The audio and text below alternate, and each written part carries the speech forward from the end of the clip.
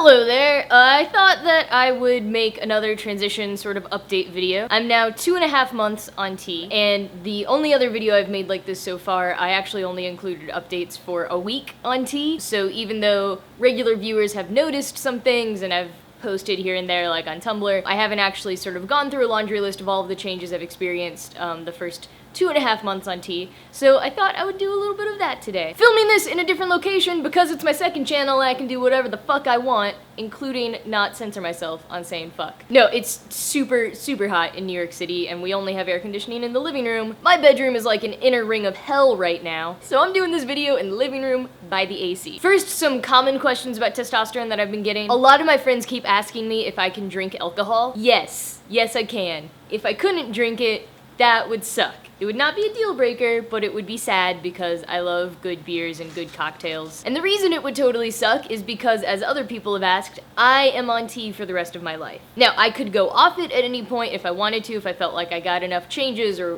whatever, unless I get a hysterectomy, at which point I would need to continue being on tea, like, for my life, because then my body would not be producing any sorts of hormones, so I have to be taking some. And in case it wasn't covered elsewhere, tea means testosterone. I inject it every other week. Some people inject it every week. I think a lot of places in Europe only do like once every couple of months. Some people do it in gels. There might be, not really in the US, but in other places there might also be pills, maybe even patches, not entirely sure. But I do injections, and that brings me to one of the first changes, which is that originally I was doing subcutaneous injections into my belly, because that's where my doctor told me to do it, but I was having a lot of issues with like itching, getting really itchy for almost like a whole week or almost the whole 2 weeks, and getting left with not quite a rash, but definitely a red area. It cleared up a little when I stopped using Band-Aids. I guess the skin on my stomach is just super sensitive, so even Band-Aids was disturbing it. So for a while I was just like using a cotton ball to like massage the area for a full 2 minutes, which is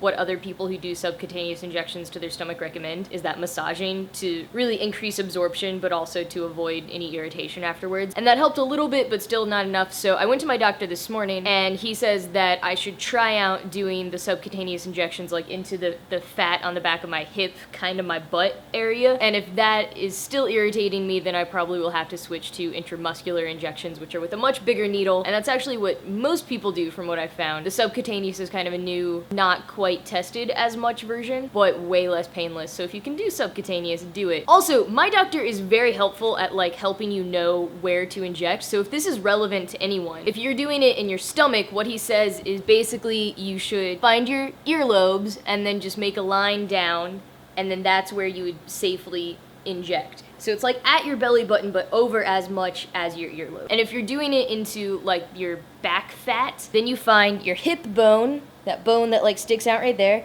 and you put your hand like that, and then where your pinky is, that's about where you should be injecting. But anyways, yeah, so I went to my doctor today. I got the results of my first T levels check. Basically about 1 month out, then 3 months out, then 6 months out, and then annually after starting testosterone. That's how often you should be getting your T levels checked, which they do by drawing blood and then running some labs. And so my T levels were 879. That's nanograms over deciliters. A good place to be is under 1,000. I think between 300 and 1,000. And mine were checked the day after I took my shot, which means they're gonna be pretty high. In 3 months, we're gonna check my trough levels, so like the bottom of the trough, so like we're gonna be testing in them the day before my shot. So kind of getting the highest they would be and the lowest they would be, but 879 is a really good place to be. That's where I'm at right now. Apparently my blood work also showed that my creatine levels went up, which means that I've been gaining a lot of muscle, which is awesome to hear because I have gained about 10 pounds since starting tea. And I haven't been running and doing as much cardio, or really even as much lifting as I usually do. I've been a little out of shape and not eating so great for the past month, so I was concerned that some of my weight gain was fat. I'm sure some of it is, but that was reassuring to hear that most of it's muscle. And I can tell I have been gaining a lot of muscle in certain places, like especially my shoulders and my back and stuff have been gaining a lot of muscle, so that's cool. I'm a very weak person, so it's nice to have a little bit of an edge on the strength side. My voice is continuing to steadily drop, but I don't think I've hit like the big drop yet, because I'm assuming when that happens, my voice will start cracking. I'm sure that will happen exactly when I'm gonna be doing a bunch of speaking gigs. I'm sure that's when it'll happen. with my luck. But it is getting steadily deeper. I've been putting up audio recordings on a SoundCloud if you want to listen to it to compare, or just look at my old videos. That's the beauty of being a YouTuber apart from being trans, is that there's plenty of content being put up documenting my transition even without me making videos like this. Although thinking about it, I think my throat has finally been less sore. It was really sore for the first 2 months, just constantly. As far as any like anger or aggression or rage goes, hasn't really happened. I get annoyed more though by loud noises, or like just if I'm concentrating on something and there's other noise happening, I can get aggravated quicker. And sometimes just people talking. Maybe it's just because I'm stressed out and I've got a lot of other stuff going on. It might have nothing to do with being on T, but I definitely have a lower attention span and like patience capacity for listening to people talk too much, which I feel bad about because I'm a good listener, but I don't know. I've also had trouble sleeping, and I am an excellent sleeper. I have always been a good sleeper. I'm known for sleeping anywhere, and I've had a little bit of trouble sleeping ever since starting T. This could be because I've been through a lot of stress the past 2 months. Also, it has started getting hot, and the only times that I do have a little bit of trouble sleeping is New York City in the summertime in an apartment without central AC. Because as I just said, there's no AC in my bedroom, and even though it gets a little cooler at night, it's still hot as hell. It's like I'm sharing a bed with the heat miser. It's just so hot. I don't have any trouble falling asleep. That's still not a problem, but staying asleep, I wake up about every hour. I do think that I've been kind of more like assertive and confident and stuff, but it's so hard to tell if that's actually hormonal, or if it's like I'm feeling less dysphoria, or like I have confidence because finally I'm out and like people know. I think I still have more energy and don't feel like as groggy as I used to, and I still have less headaches, but all of that's kind of becoming normalized now. In the first month of T, that was all like, whoa, so cool that all of that's happening, and now it's just kind of like life. So I have maybe gone up a shirt size for the first time since like 4th grade. The top half of my body has just been stunted for about 15 years, which means for the first time in 15 years, I can't wear the same t-shirts. This is why I have such a giant t-shirt collection, because I've gotten to wear the same t-shirts for the past 15 years. But I might finally be growing out of that size, which is sort of sad in terms of not being able to wear those shirts anymore, but cool because I feel like I'm finally growing up. I like that. Like this shirt, when I got it in April, it was huge. It was just like, did not fit. And I think I probably shrunk it a little bit. But a lot of my other shirts have been fitting smaller. Like I'm kind of getting a little bit muscle here, and definitely like around my shoulders and around my waist as well. It's like becoming more of a straight thing instead of an hourglass thing. Basically, the way it's supposed to work on T is like if I gain more, it should be going my belly now, and all the stuff that exists kind of on like the back of my hips and stuff. If I work out, then I'll lose it there. But I haven't been working out, and so they've both kind of been getting bigger, which is great. Although I have been doing a lot of squats, and like when you box, you like sit into it, so kind of your glutes and stuff just get massive, and I think that's actually part of the problem, which would be muscle, so that's good. Aren't you glad you're watching this video where I talk about how big my ass is? OMG. So I have been losing a little bit of hair, but I don't think it's like hair loss yet. So basically on T, your hairline just goes up a little to be a more like squared out masculine hairline, and so that's been happening. And then I also have the problem of like I have these natural blonde highlights right on the sides right here, which used to look really cool with blonde hair. Everyone always thought I dyed it on purpose, but no, I just have these random platinum blonde natural highlights. And so like right now it makes it look like I'm bald right there, but there's actually, that's hair, just very fine like baby platinum blonde hair. But I am losing some hair. A bunch just came out right now as I ran my hand through my hair. I gotta stop running my hands through my hair so much. That's one problem. Sometimes I wonder if James Potter lost his hair more quickly because he always ran his hands through his hair to make it look like he just got off his broomstick. And then I remember that James Potter didn't live long enough to start losing his hair.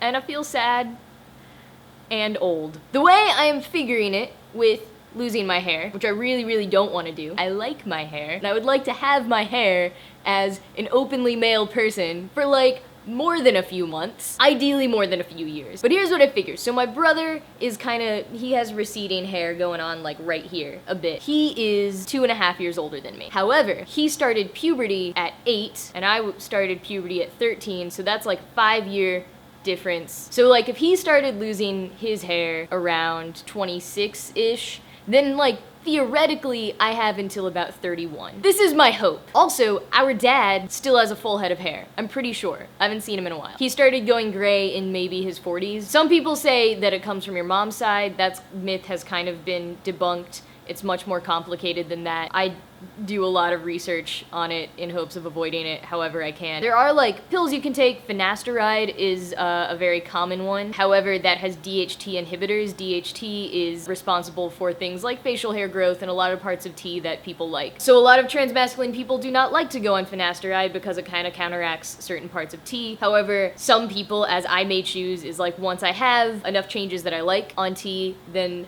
if I am experiencing more hair loss than I'm comfortable with, then I might go on finasteride. And maybe I will just be a more enlightened human being and become okay with losing my hair. Could do that too. I think once I have more facial hair, I'd be more okay with that. Speaking of facial hair, I actually need to shave before I leave tomorrow for speaking gigs. I have shaved my face a couple of times since starting T. It especially grows back in this mustache area pretty quickly. I like to avoid looking like I have that awkward teenage boy mustache, so especially if I'm going for a speaking gig or something, I shave it off even though there's hardly anything there. I have a little bit growing in like the soul patch area too, and then my sideburns are starting to come in like beyond what you can see there, like coming in down here, but all of it's blonde. I don't know if that's because it's at its peach phase stage or if it's gonna stay blonde. Like my mustache is, it depends what light you're looking in. In some light it looks slightly darker, and then in some light it's totally blonde, which is what my arm hair does and kind of my hair. So I'm hoping that's what my facial hair would be like. I would prefer my facial hair to be lighter than darker. Same with any additional body hair I'm getting. I'm not having too much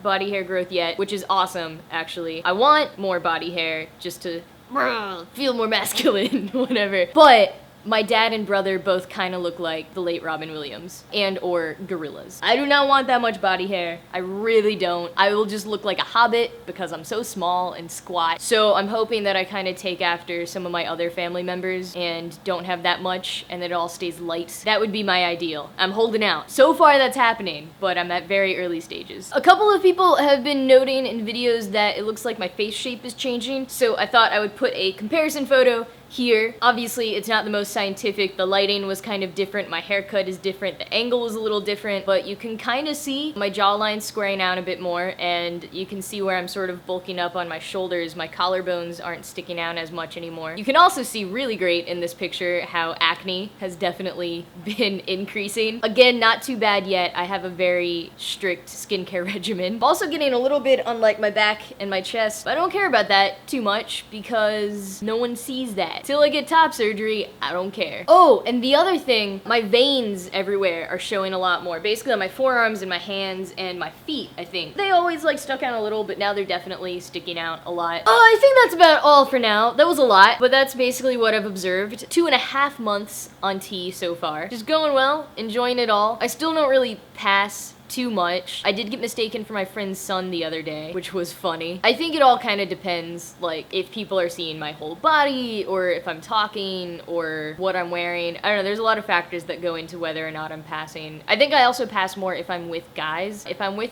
girls or just like queer looking people, then I don't pass as much because then I think they just assume that I'm like a masculine lesbian in that case. But when I'm with guys, I tend to pass more. But yeah, that's about it. Another long video, but I hope to anyone who is interested that this was interesting. Thanks for watching. Feel free to leave questions in the comments and I'll either answer them there or in a future Q&A video. And yeah, I'll see you next time.